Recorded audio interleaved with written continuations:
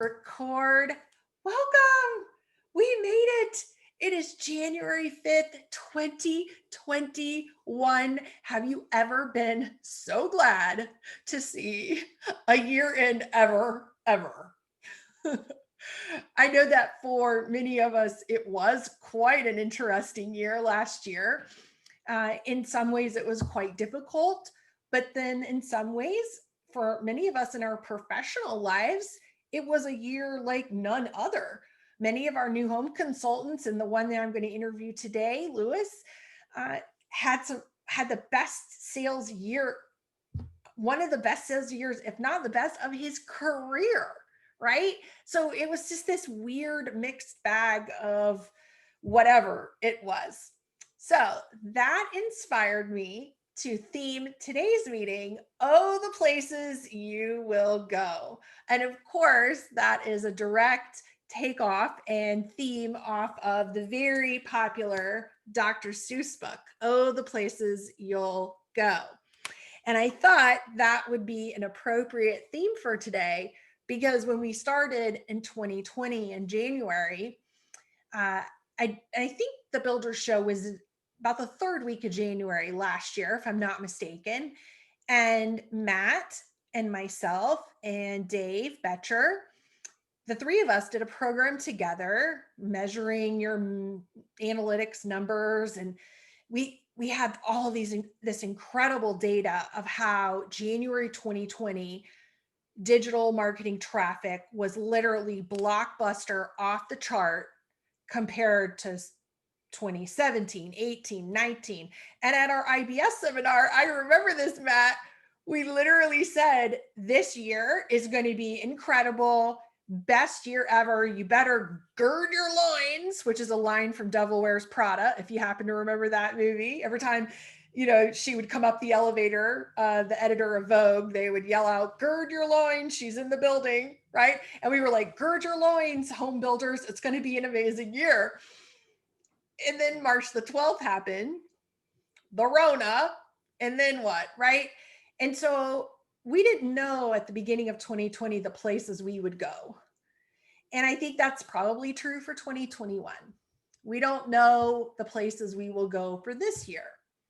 But what we do know, what we have learned, is that we are more than capable. We are so up to the task of being resilient, of finding solutions to questions that we've never even been asked before. We can find the answers to them.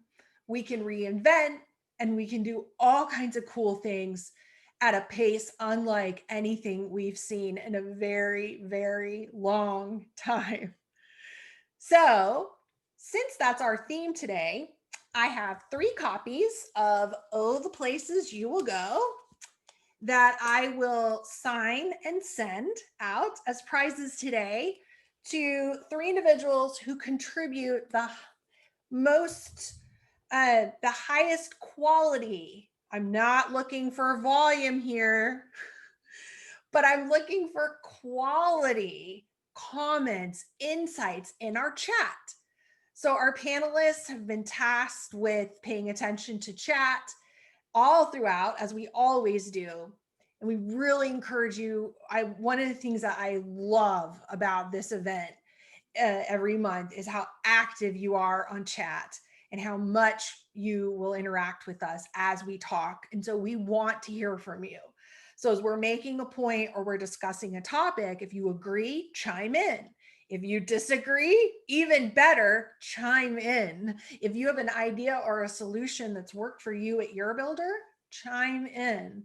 And when our rockstar panelists come on for our final segment, we'll select 3 of you that have really contributed. I'll sign and send this to you as your official Oh, the Places You'll Go book, as kind of a way to launch your year off in the right direction. So one of the things that caught my eye about during the holiday break was this Zillow article. And if you scroll up on chat, Angela put the link to this Zillow article in the chat, and it's titled Bold Predictions for 2021. And we're going to base a lot of our conversation on this article today. And if you haven't gotten a chance to read it, thank you, Angela. If you haven't gotten a chance to read it, please don't do it right now.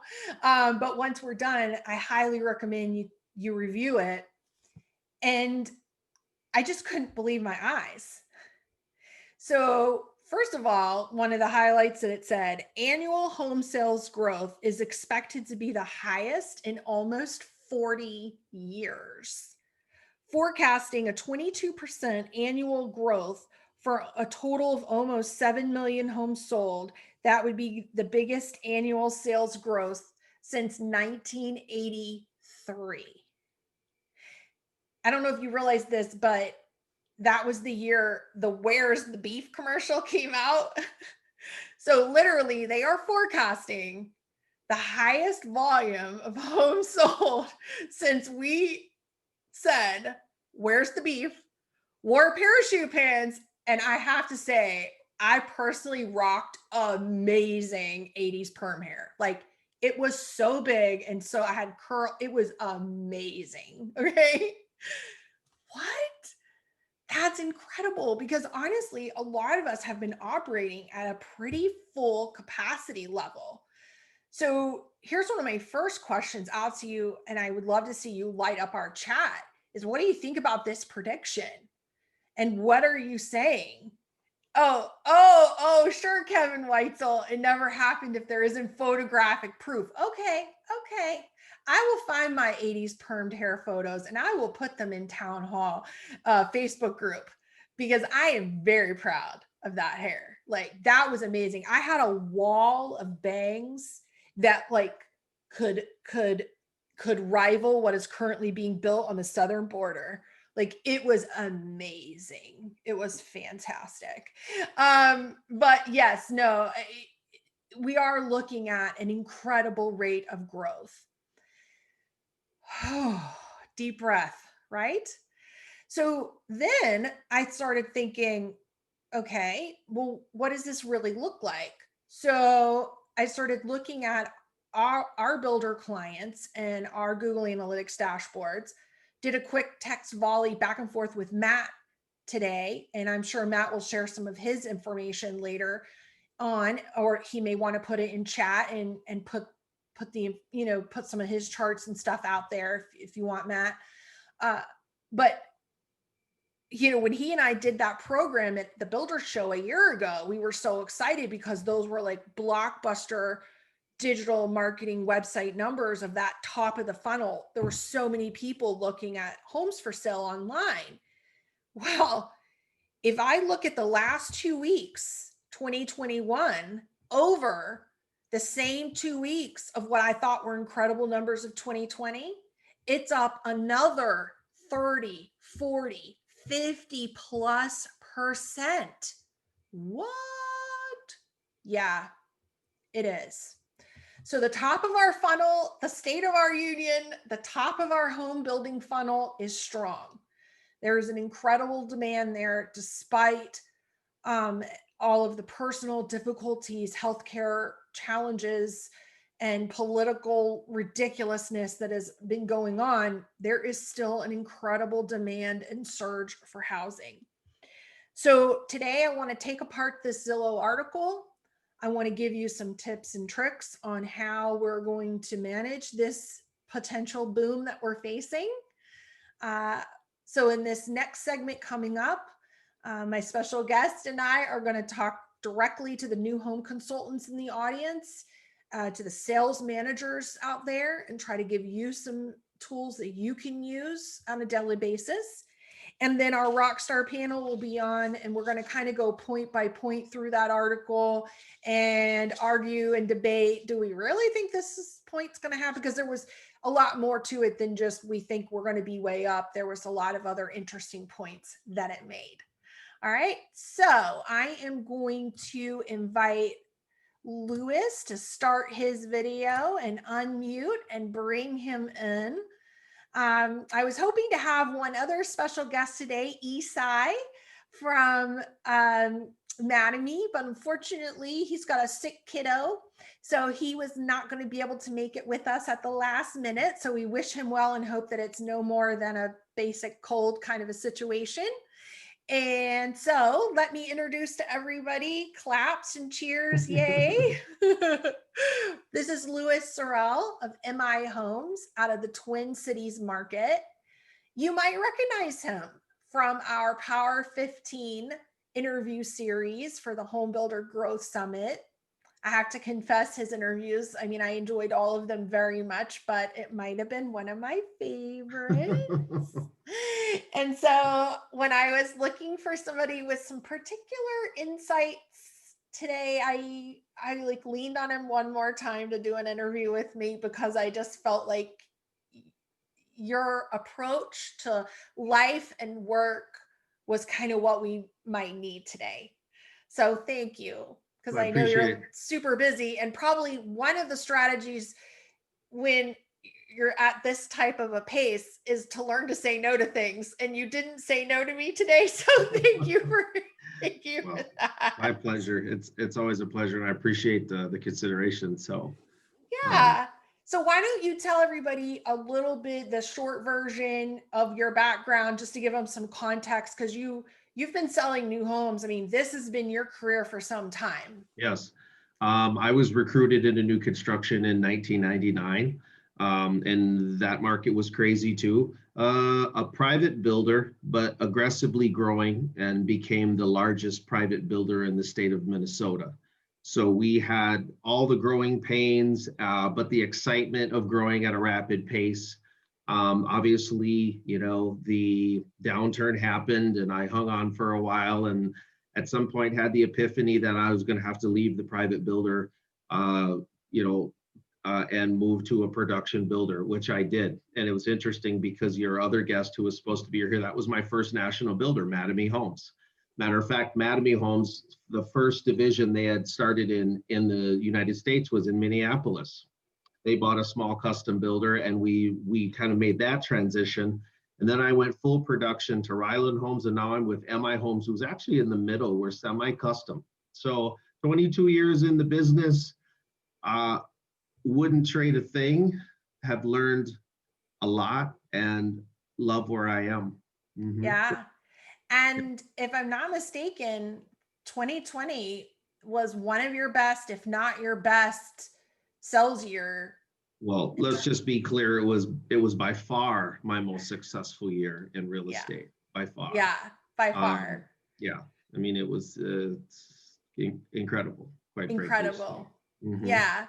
And also, if I remember correctly, the neighborhood that you're selling in, you have, or at least the last time we talked, things might have mhm. updated since then, but you've got a couple different product lines you're selling. Yes. It's an interesting creation we have here because we have four product lineups. I have what we call a slab on grade association maintained villa, so no basement, all main level living space. We have a basement rambler, main level living with a basement. You can build that as a single family home or an association maintained villa. And then I sell two-story homes, a smart two-story product, and then a full size, more kind of prestigious two-story product. So there's a lot of opportunity here. And Yes. quite frankly, the division president and sales managers who recruited us only kind of scraped the top, if you will, because it's a lot of work and you need a lot of experience to do this. So it's a lot of work, but it's a lot of reward here. Yes. So Yes. So, what yeah. I'm hoping to bring to our listeners, our watchers today, Mhm. is I'm anticipating that this incredible pace of this year is going to be similar to last year in that it will both be exhilarating on the Mhm. one hand to be possibly incredibly successful, sell everything you've got, Mhm. all your inventory and more. But at the same time, the realistic side, if the two sides of that coin, on one side is exhilarating and the other side is exhausted, Mhm. And so I wanted to have a conversation with you today about what are things first up. So do you think this idea that we are going to continue at a pretty hot pace. Uh, so far over the holidays into January, what are you seeing? Are you still seeing Mhm. a good demand? Well, I read your article, was pretty shocked by it, quite frankly. Right? I mean, I'd have a hard time believing we're going to taper off in a big way because there's so much momentum. I stay in tune with the existing market as well, and they're just insanely busy as well. Multiple offers, trying to get your offer in as soon as you can. And residually, that always affects new construction because a Yes. certain percentage of those folks are going to come by new construction homes. So Yes. we're still busy. End of the year with record numbers. I'm in a unique position to where I started with 165 lots 2 years ago, and now I'm down to about 50. So to me, that there's built-in urgency already. So I'm kind of buckling up for another crazy year. Hmm. Um, but yeah, we're still busy. I mean, and I'm around other big builders and quite frankly, small custom builders, and everybody's busy here. Right. So Right. I imagine it's. Yeah. Mhm. Yeah. It seems that the conditions are right. The idea, though, behind today's meeting, or my theme today, though, is the point is we don't know the places we'll go, Yeah. right? Mhm. So we're going to make this assumption for now and plan for this and Mhm. then reinvent. And I'm not going to use that P word that we're all so sick of, Mhm. but if we have to go a different direction, we will. Okay. So, as a new home consultant, what are things that work for you and what are things that don't work for you when you are trying to keep up a really hot pace at work? Like, are there things you do on a daily basis, Mhm. routines, rituals, Mhm. habits that kind of help you just keep up the energy and keep up the smile and keep Yeah. going? Are you Well, I think you're pretty intentional about some of those things. I am very intentional and very Thought deliberate. so. So Yes. quite frankly, I wake up daily in a state of appreciation because we're in a zone right now. There'll be a time to be exhausted and a time to be on the beach and spend some of this money. But right now, it's a time to keep your head down and build. So every Mm. day, and quite frankly, COVID has been a blessing in disguise for me because I'm a social person. I love to go out and have fun and know a lot of people, but we haven't been able to do that.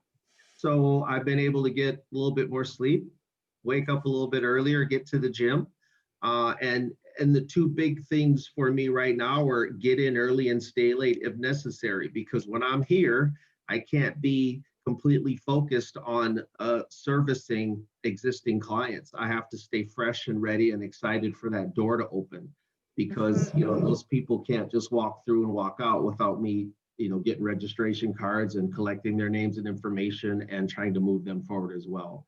So That's staying right. well rested, it sounds remedial, but staying well rested, coming in early, staying late, and being prepared. Hmm.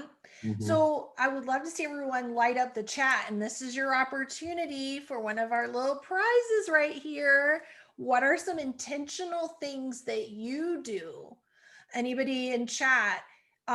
Daily rituals, habits, routines, things that you do that you could maybe offer to other people that keep your energy up, they Mhm. keep you rested, they keep you energized, because this is where and to be honest, I have lived a life of a very hot, high pace for a very many years. Yep. Mhm. So this is an area that I have a lot of experience with myself. For me, my morning routine is my most critical piece, Mhm. how I start the day. Mhm. And for me, not looking at the phone first thing and getting drug into that is Mhm. really very important. We are. I smile because some years back I established a routine. Unless it's an emergency, I too will not answer the phone at 7 a.m. because then you're behind on shaving and showering and getting ready. My morning time is my meditation time. Absolutely. So Mm, whatever it is I'm listening to something that's empowering, and it doesn't have to be related to sales. no. It can be just as a spiritual teacher, an enlightened master, something that's lifts me up for the day, gets me excited, puts a skip in my step, and I'm good for the day. But I need that. And sometimes I get that at the gym too. Just going to the gym, jumping on the elliptical, creating the energy and listening to something positive, and I'm ready. And Yeah. the other thing is I have to get up early and be ready. If I'm running behind, it's a problem. It's a problem, right? I would rather be 15 minutes early, ready, lights on. I mean, I get to the model a half hour before we're expected to be here, and I'm ready to go. Yeah. Minimum, Yes. So I do Yes. definitely need that kind of time in the Yes. morning to get prepped. Hmm. Yes. So I would encourage all of you to specifically design your morning routine from the moment your feet hit the floor until you flip the light switch on at whether it's a home office or a model home or a cubicle that you're wherever you work, whatever role you're in. You really do want to design your morning and be very intentional about how you start the day. And that is going to set you in motion to kind of get you through that day in the best headspace you possibly can. Hmm. And Agreed. then you're right in that kind of one of the blessings of COVID and social distancing. And we're at a curfew right now in Raleigh, at 10 p.m. Hmm. curfew, or it might be actually in North Carolina statewide. I'm not sure, honestly. I just know where I live. So, we can't, we go to bed, man. It's boring around here. Well, it's okay. I closed on a brand new house in March as well, and quite frankly, there's just no feeling like being in your new home. It's where you want to be. Yeah, Get it the really, 85-inch on the wall, and you push some Sonos through, enjoy some good music. So I love being at home anyways. But me too. yeah. Me too. Hmm. So, yeah, so that was my first question for you. Okay. My next question for you was to help out our sales managers out there Yeah. that are listening today. Hmm. So, from the perspective of a new home consultant, is there something, and it might be one thing, it might be a couple of things, whatever, from your perspective, that a sales manager can do, be as specific as you can, Yeah. to try to help you be more as efficient as possible Yeah. so that you can rock and roll at this hot pace, not Hmm. just to make your life easier because it's all about you, the new home consultant. I'm not, and I don't mean just you personally, but I'm talking to all of you, the collective you out there, but also because we do want to keep our eye on delivering a world-class customer experience so we get those referrals and we don't get complacent in an Hmm. exceptional market. So we have to help each other be as efficient as possible, so that we keep our eye on the customer. So help out our sales managers. What's Sure. advice you can give them, things they Well, can do? again, I'm so fortunate. I've ran the gamut and experienced them all. Um, the greatest gift to me is from an NHC, sales person perspective, is to first off just know that my sales manager cares and they want to help. Okay. Mm, I mean, especially with COVID going on, I haven't been to my division office in probably 4 months, but there's always right? stuff I need. He's willing to bring my stuff out here all the time. Right. He is constantly asking, "What do you need from me?" Oh, I love And that each, question.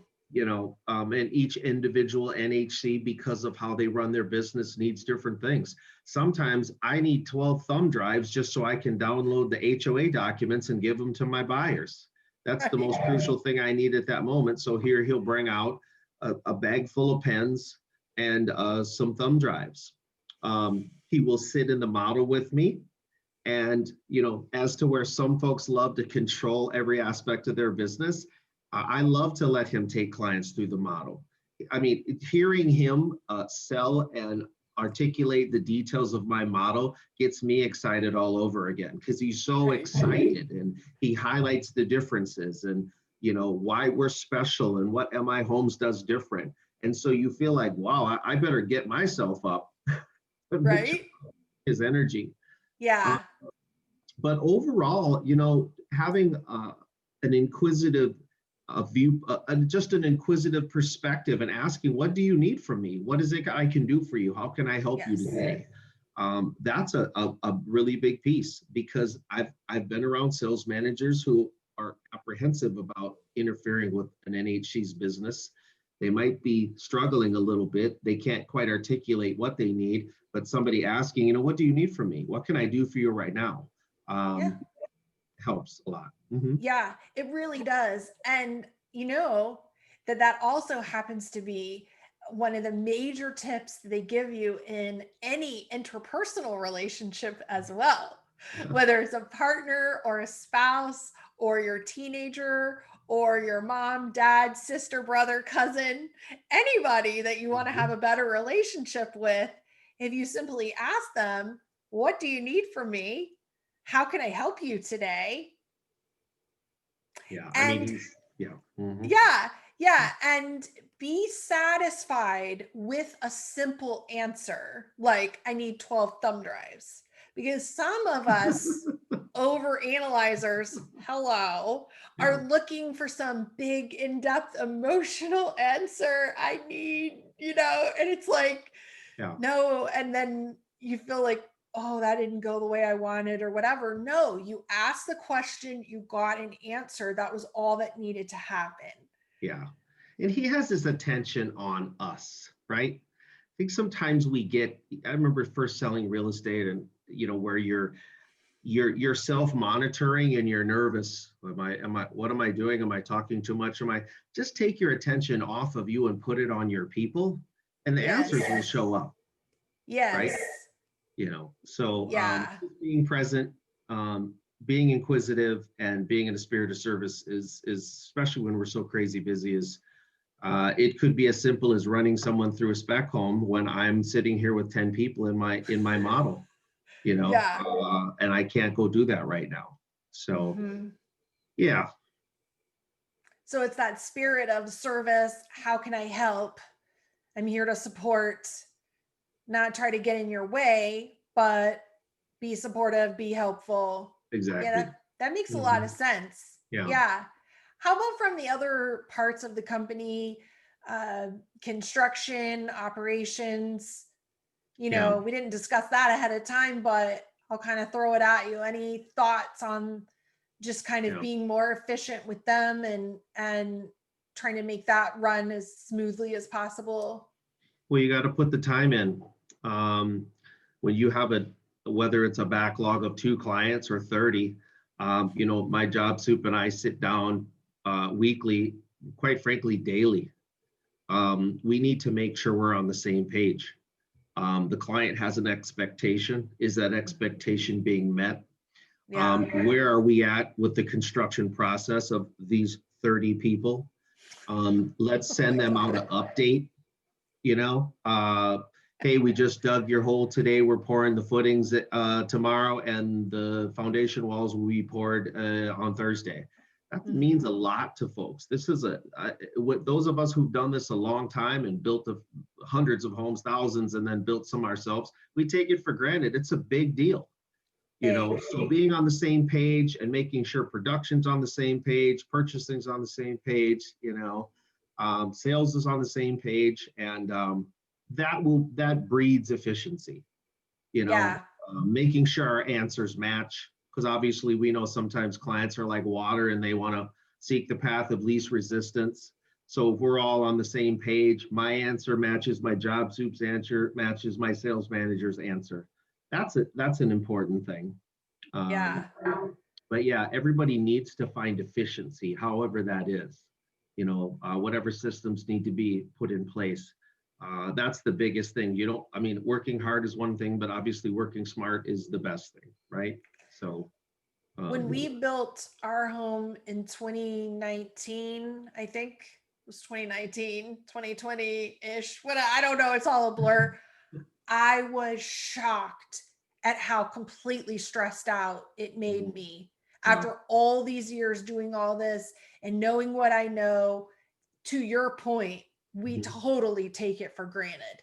yeah, I was shocked, stunned, didn't see that coming. Yeah. Oh, the places we will go. The level of stress and it wasn't because they did it wrong or bad or did anything negative. They did a great job. It's Yeah, just a very stressful process when it it is. becomes personal to you all of a sudden.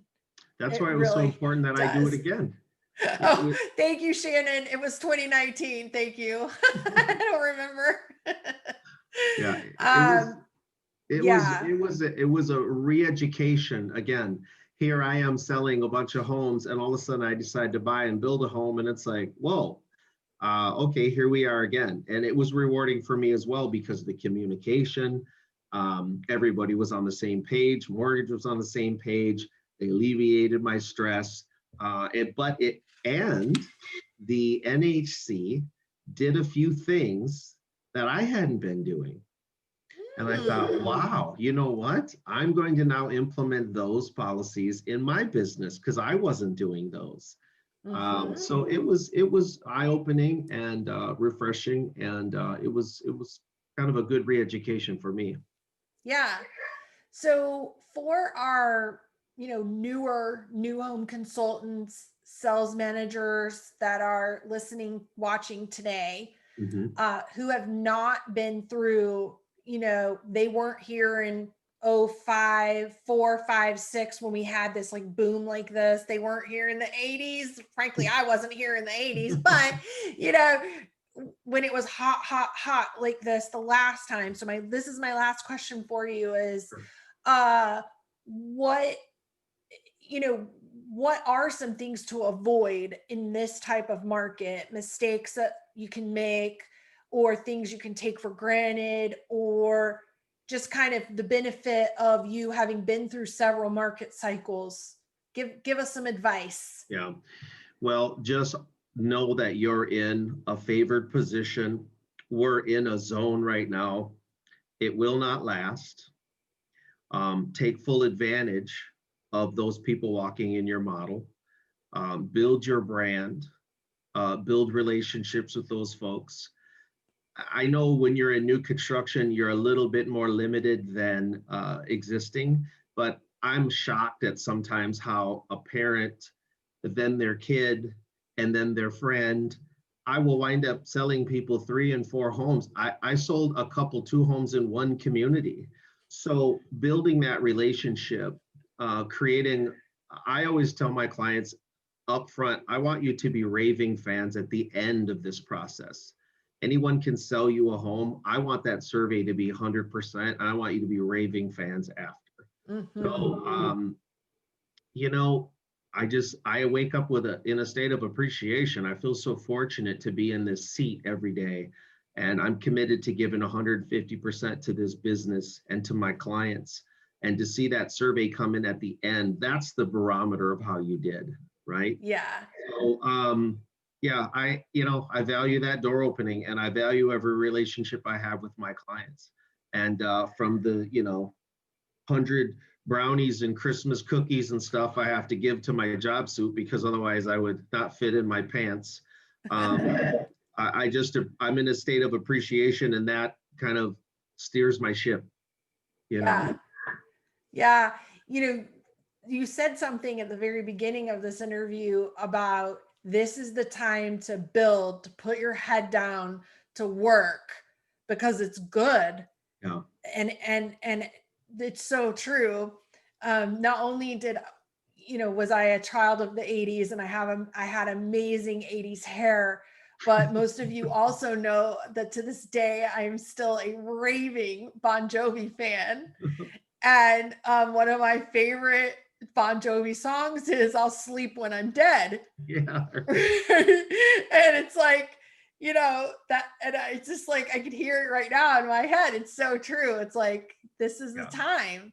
Yeah. So let's put the work in. Yeah.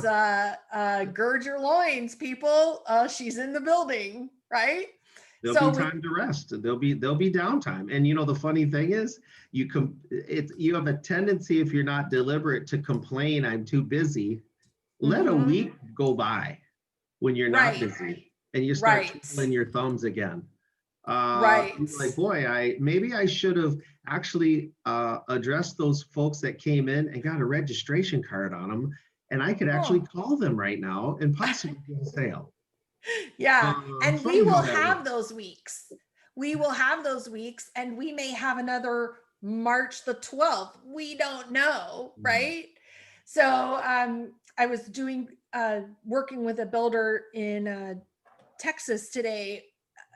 They have an existing OSC online sales counselor program. They've got two OSCs, just brought on their second one. Mhm. And so kind of helping them build out that team program versus a single solo, and Mhm. then helping them really build out their follow-up program for those leads that I call it their ghost protocol. Like once the leads just stop talking for whatever Mhm. reason, and we need more of a Mhm. long-term program. And so I was telling them today, we were reviewing their December numbers, which were ridiculously good. And I was just kind of begging them today, look, I know you guys are being uber successful today, but just like we were saying, this will not last forever. Please don't give up on implementing this new longer term follow-up program I want you to Yeah. implement. Because 1 week without 85 appointments via live chat, you're going to wish you had these follow-ups in this CRM in place, you know? And the world we So live in the world, again, at my age, it's like the world we live in with all the access. I yeah. mean, Carrie, God bless you. I mean, there was no internet. No. There was you'd put a marketing piece in a sign in a snowbank Yep. and hope somebody pulled it out. I mean, And everything I gave you was in a 3-ring binder. I mean, So you to make the connection for everyone on the meeting, that private builder where Louis started his career, that's where also Carrie worked at that same time. You were in sales management, uh, overall management of the company. I mean, you were everything and anything. If there was a hat at that company, you wore it for many years. I did. Yeah. All right. So in this next segment, we are going to take some of these items that were also in this Zillow article. I found some of these other predictions that they made kind of interesting. The one that maybe caught my eye the most that I was like, really? I don't know. Was this, they said, demand for city living. There will be a return for demand for city living, and it will surge in 2021. A demand for city living after coronavirus and COVID? Really? So light up the chat. What do we think about this? Panelists, what do you think about this? You know, Really? we got hot on that even before we went live. And I Yeah. think what was interesting, and Louis made the first point, is like so many things in new home sales is it depends. It you know, how many times it's like, can I have this? Well, it depends on the market, because marketplaces are so different. Louis, in the Minneapolis, downtown Minneapolis market, you know, we took a bad rap because I'm from there too. We took a really bad rap with downtown, and I ain't moving there. But then there are other places that it's like, you know, work to live to play within a block where it's safe is like, put me there. Yeah. You know, because my family's so valuable, my commute is no longer. So I didn't even know you were going to ask this question, Meredith. And I did a little Okay. poll this past weekend, virtual poll, I have to say, Okay. with some Alright. friends and family who are in various stages. Most of us, you know, don't have kids at home. I do right now, but you know, really in a year may not. Normally.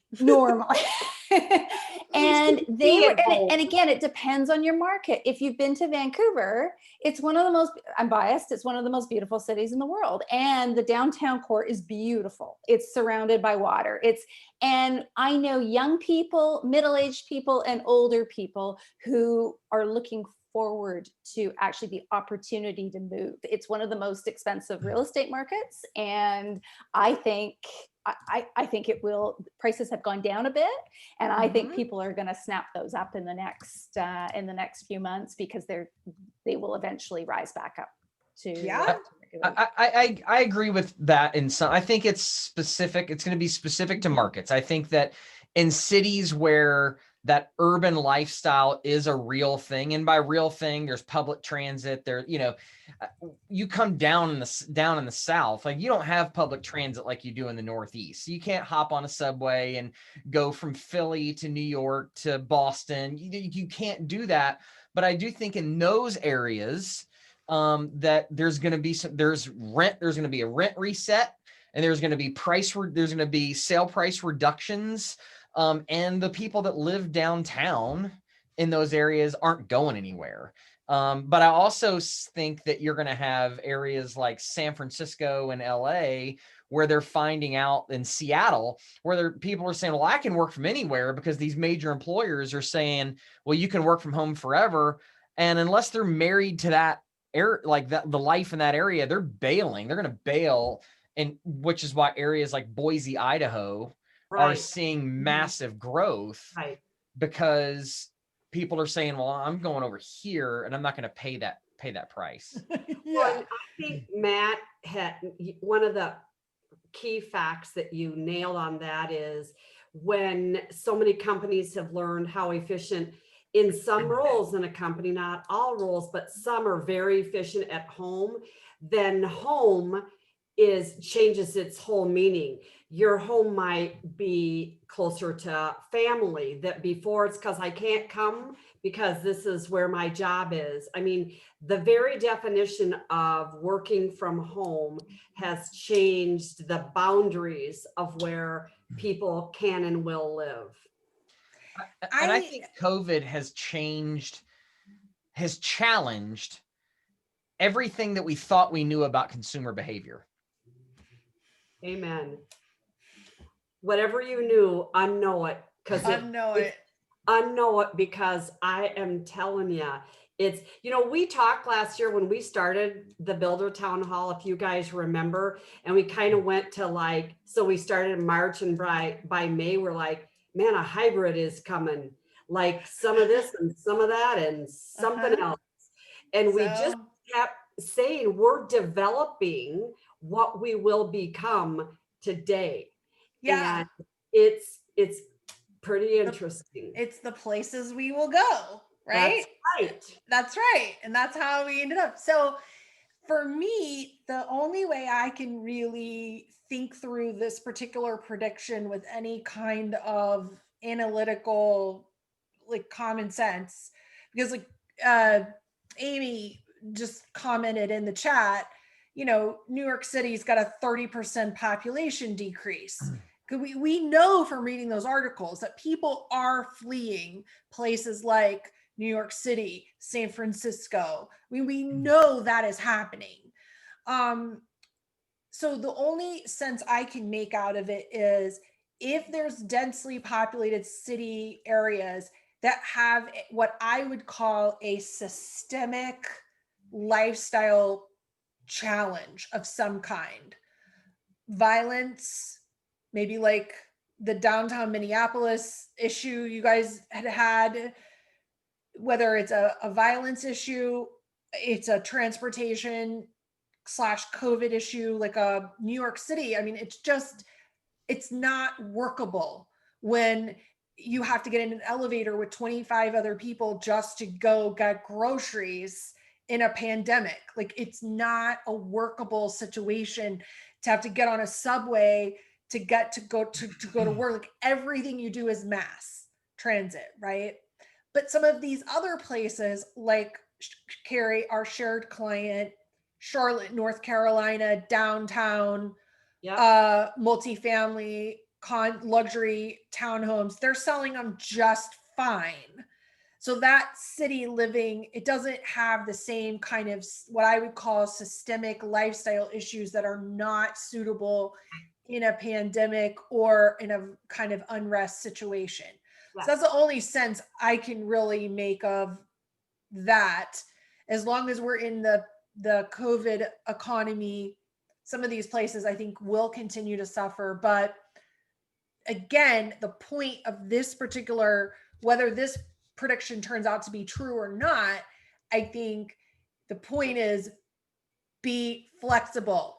Just because what we learned last year was everybody wanted green space and master plan communities and walking trails and they wanted their own space doesn't mean it can't change. So, the places we will go, get ready to go. We don't know. And quickly from an NHC perspective, obviously we take continuing education, and those of us who research the market because we want to be on top of it, we're looking for that info. So all of us were prepped that, hey, the millennials don't want to be out in the suburbs. They want to be in the city. They want to be in condo communities with amenities. And I have friends that are in those. But surprisingly enough, I was seeing young couples come in the model and had to kind of, okay, well, let me adapt to the moment. And we were smart enough to bring in what we call our Smart Series 2-story product lineup, which lowered our base prices. And lo and behold, I captured within a couple months 5 young couples who lived right in the city. And now they wanted to raise a family. They were going to do it in the city. But once the riots hit in Minneapolis, it petrified them. Time out. They were like, time out, we're out. Instant an about face immediately. And again, are you privy to that? And you're not trying to sell fear, obviously, you're trying to sell something better. Well, we're 15 minutes from downtown Minneapolis, but yet you have your own house, you have your own lot, you've got built-in parks, and we captured some of those buyers. So yeah, be ready, Mm-hmm. So really quickly again, and then go on to our next question, Meredith. But I think one of the things that we're all talking about when we say it depends is everybody has a different story. And in a big market like this, you have to be prepared to know, because everybody has a different level of saturation to how they're handling all this. Like, some feel very affected and some feel not as effective.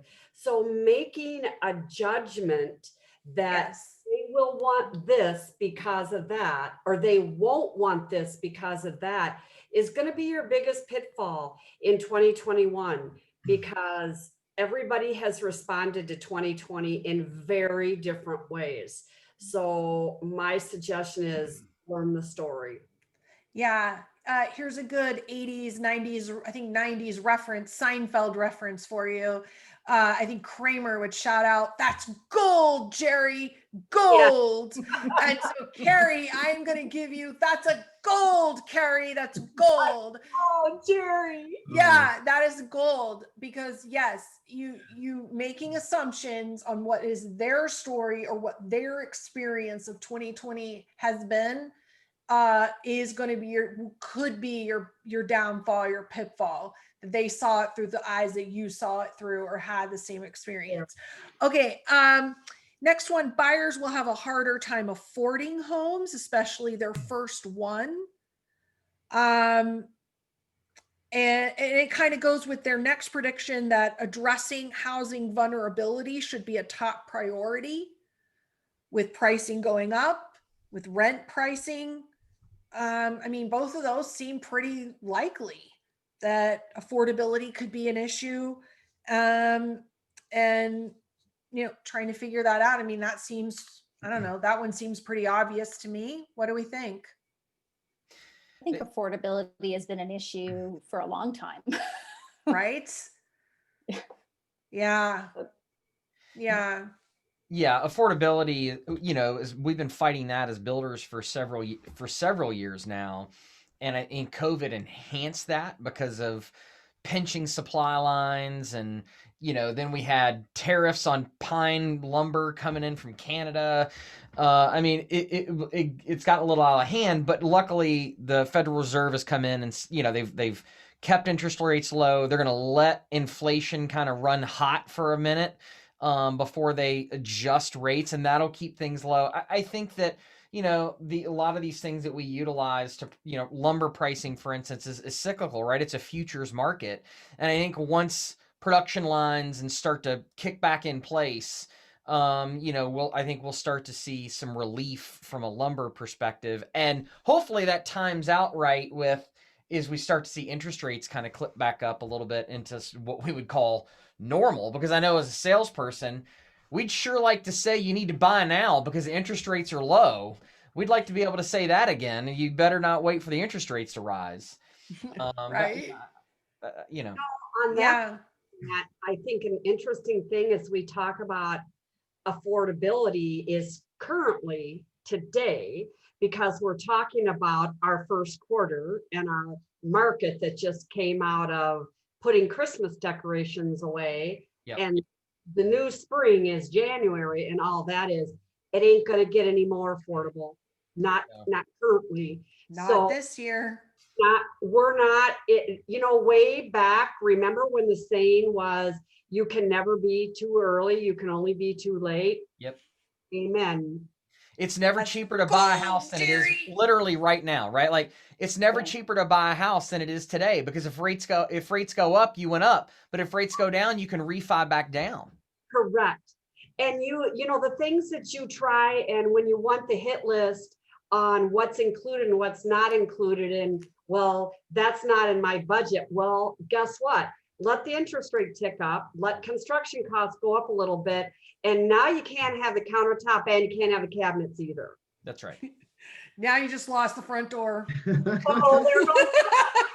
That's not coming for 14 weeks. We got that. You can figure that out. Are you seeing more creativity with respect to secondary units in a home, a carriage home, or legal suites, mother-in-law suite, parents living with kids? I mean, I see that as the trend, not just from a cultural perspective. I mean, it's becoming a North American trend, I think. I think just the traditional family, because everybody needed help. If two people are working from home and two kids are learning from home, like who's running? I mean, is it the Indians? Is it the chiefs? Is it the tribe? I mean, who's in charge? So bring mama back home. All of a sudden we're wanted again, like come and live. So Yeah. I think looking at your plan set is pretty valuable right now, because some of us are a new commodity. Right. And I'm not living in and I ain't living in the basement. You did that while your home was under construction a couple of years ago, and whew. Being innovative, Angela, with your plan set, with all of these statistics that Zillow is giving us, it's just, you have to be open to new ideas. You have to be open. Well, and one of the things that MI Homes just real quickly has done so well is the multiple product lineups. I mean, being I know it all, and seeing the young couple that comes in knowing, I know they want a 2-story. Well, guess what? Do you have a Rambler with 3 bedrooms on the main level? Yeah, we do. Mm-hmm. And they're open to that. Yes. So just having multiple product lineups in one community so you can service, and like you said, Angela, we all know for years, the first question you get from an Indian buyer, generally speaking, is, do you have a 2-story with a main level master or a secondary bedroom? So builders are having that in their repertoire as well. But even those folks are entertaining Ramblers as well, as opposed to 2-stories. So lines are being crossed, it's not as definitive as it used to be. So having multiple product lineups really helps too. Literally, as we're talking, this email just hit from Realtor Magazine. Gen X and millennials likely to keep home buying strong for years to come. The 2 generations could add nearly 25 million new households by 2028. Wow. 28. I need a nap. That talk about timely. But here's another point that we work with salespeople on, right, Louis? You have to sell what you have, right? Yes. Your plan lineup, as we talk, you still got stuff to sell. Did you catch that, Matt? I said stuff to sell. Thank you. And so that being said, how will you use this space? How can we help you, do that? Because if you want to live here, if you want to build with us, this is what we have. And I might suggest, like, what could that third bedroom be? You know, you have to help with the space. Mhm. Mhm. Yeah. The last prediction, and while we kind of, I don't know, a couple of us debate this one out, a couple of the others of you on the panel here, we need to pick our 3 prize winners for today.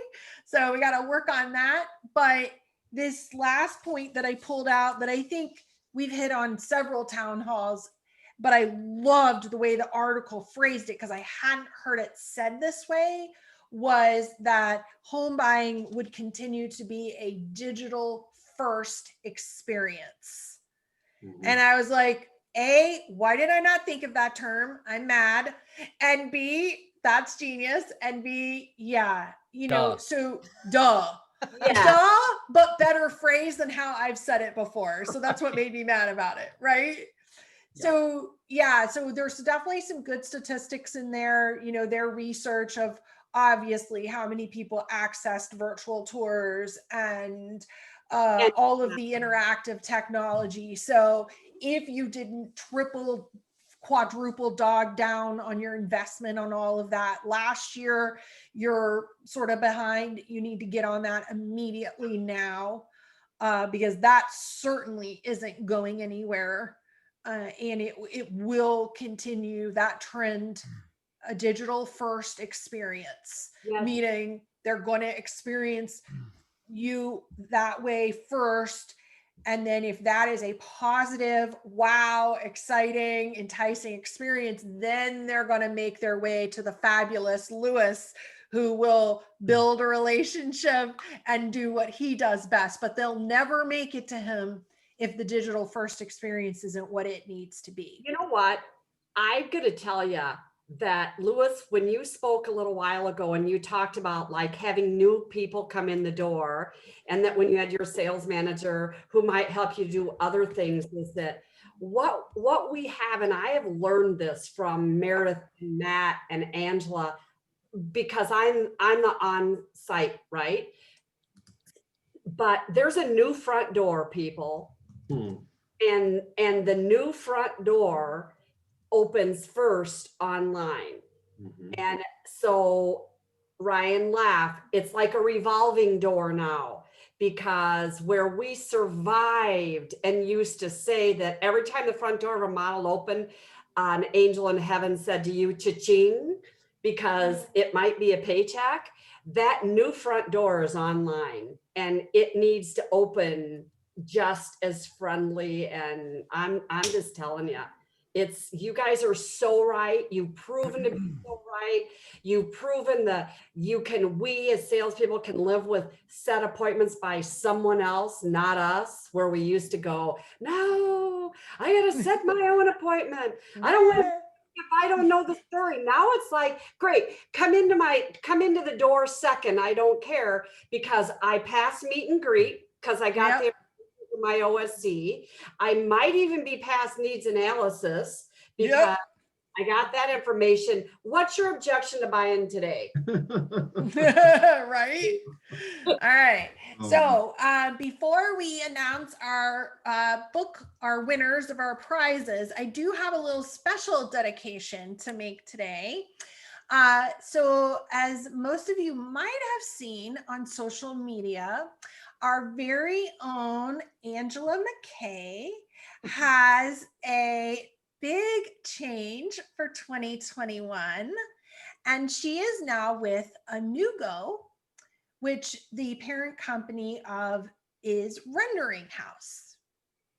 So I have a little special anniversary edition of Oh, the Places You Will Go as you make a new go of it at your new place for 2021 that I'm going to be sending you. We're so happy for you. Yeah, we're so happy for you.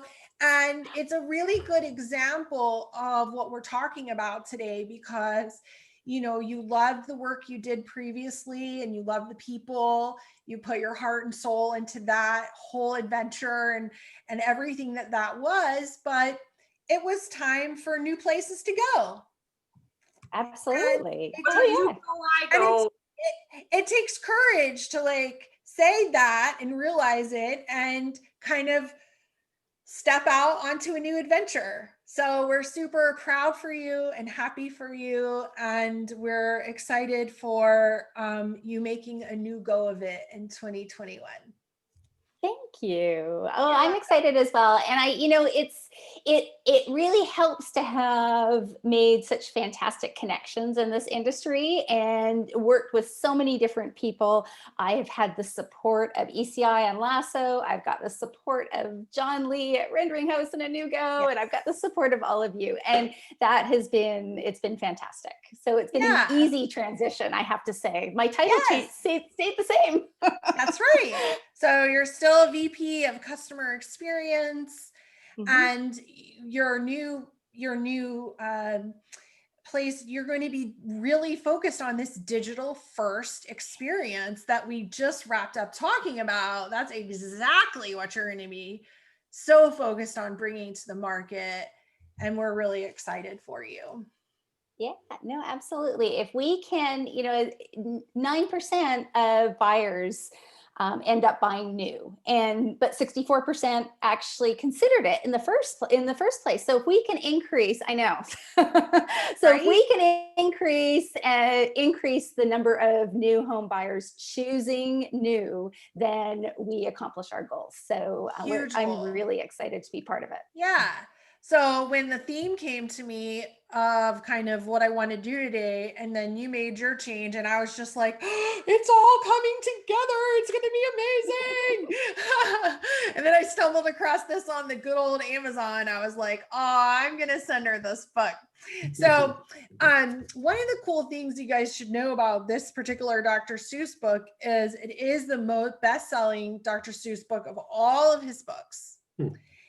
Because of its popularity for graduation gifts and those types of things. And the title came from the Dr. Seuss, the real person himself, went to Dartmouth in the 1920s. And at Dartmouth College, university, whatever, they had a greeting among students, and they would greet each other openly, and they would just see each other on campus, and they would just say to each other, hi, so-and-so. And then the other one would say, oh, the places you will go. And then the other person would say, oh, the people you will meet. And this was just a thing they did back and forth. And he always remembered it. And then one day incorporated it into the idea for this particular one of his books. So as we wrap up this meeting today, I will send all of you out into 2021 with, oh, the places you will go this year, and oh, the people you will meet. And I hope that our journey this year, whatever it is, I hope it's on our personal healthcare side. I hope it's nowhere to go but up. And on our professional side, I think we're already up. And I hope that we can maintain our pace, that we can stay excited and energized, manage our exhaustion with the exhilaration all at the same time. And here are the places we'll go. So thank you guys. We'll be back next month, first Tuesday in February, always 4 p.m. I literally have no idea what the topic or anything will be, but you can mark your calendar. We'll be here. We'll figure it out by then. And I'll see you later. Thanks, panelists. Thanks, Louis. You guys are amazing. Thanks, guys. I appreciate you. Oh, we didn't announce our winners. Did we announce the winners? Angela had a list here. I had a list. Oh, who are our winners? Who are our book winners? I think I had a lot of what Angela had. Ange, what's your list? I think it was Laura, Corey, and Cindy. Yep. Okay, Laura, Corey, and Cindy. Yay, you are our 3 winners. And I'll post it in the Facebook group as well. Please private message me with either Facebook or email with your mailing addresses so that I can get these books out to you. Okay, now we're done. Thank you, everybody. Bye. Bye, everybody. Bye. All the places you go, Miss Meredith. You never know with me, right? I really don't.